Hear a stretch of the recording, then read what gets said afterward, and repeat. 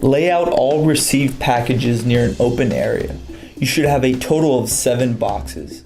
Check for a white sticker on each package. This sticker will show a box number along with item details. Let's start with opening box number 4, which contains 1 2-pound medicine ball, 3 strike noodles, 1 CPU, 1 phone stand, 1 CPU backplate, and 2 small plastic bags of tools. The 3 small packages contain 2 SMARTfit weights equaling a total of 6 weights. Remove items from box number 1. Place the base, 2 cross pieces, and the bottom plate frame into one of the cardboard pieces to eliminate any damages. Remove the SMARTfit mini panel in box number 2. Place it onto one of the cardboard pieces. Finally, unpack all the items in box number 3. Place the right and left posts side by side so they lay next to both the top and bottom support piece. Remove the top 2 screws on both posts. Then do the same near the bottom of the right and left post. Grab the bottom support section and attach it with the screws and washers. Tighten the screws, then back it off 1.5 turns. This will assist you in lining up the parts in the next step. Grab the top support section and repeat. Attach the left post next. Do not snug down all the screws attaching the cross pieces to the right and left post at this time. They should back off about 1.5 turns. Take out all 6 screws at the bottom of the right and left post. Flip the assembly over so that the 2 round shafts are facing up, while placing the end of each post on a chair. Make sure a second or third person is helping during this step. Place the base plate against the frame and align the screw holes. Use a piece of cardboard from your shipping material to help align the screw holes. Install and tighten the flathead screws. Grab the bag of tools labeled Weight System Hardware. Loosen the screw from one of the shafts and tighten both the screw and shaft onto the back of the base. Repeat for all 3 locations. Remove the screw at the top of the post.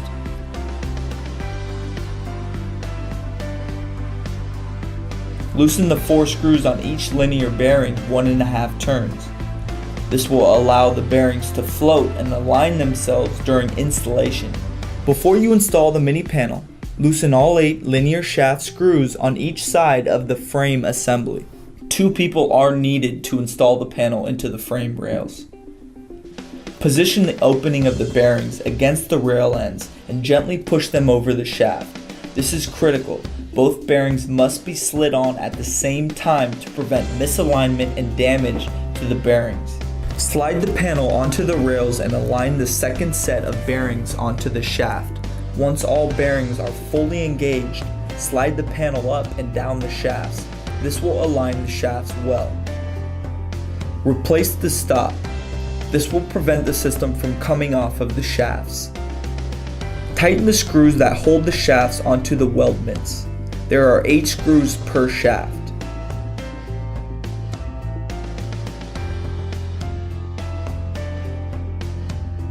Move the panel up and away from the base as far as possible. Retrieve the spring hub and shaft assemblies from the bag of tools. Remove both screws at the bottom of the mini panel. Install the spring hubs on each side of the panel.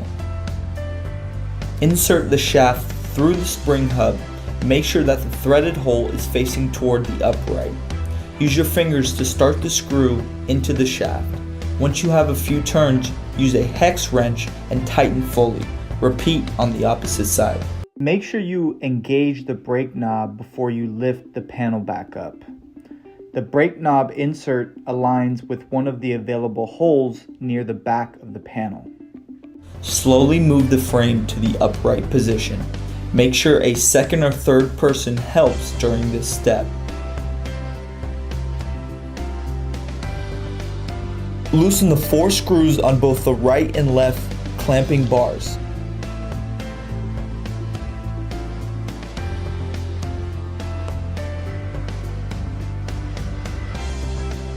Now attach the lower front panel.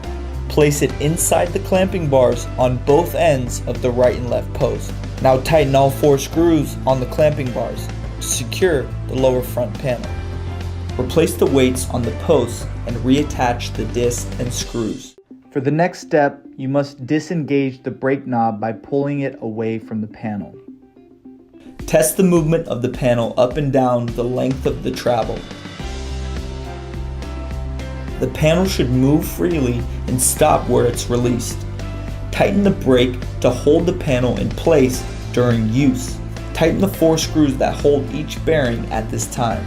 Do not over-tighten them. Remove the 2 screws on the left side of the frame.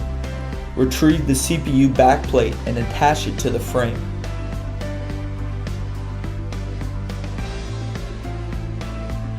Now remove the knob from the back of the CPU and place the CPU on the backplate. Reattach the knob onto the CPU. Pull the power cord from the metal pocket of the frame. Remove the tape from the target wire casing and feed it through the metal pocket of the frame. Now feed the power cord through the target wire casing. Finally, zip tie the casing through all 3 zip tie locations.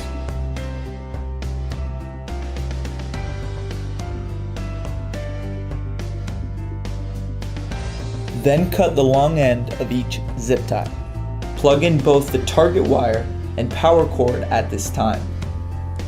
Give the system power by plugging it into a wall outlet. And finally, locate the on-off switch and turn the power on. Your CPU and panel targets will light up at this time.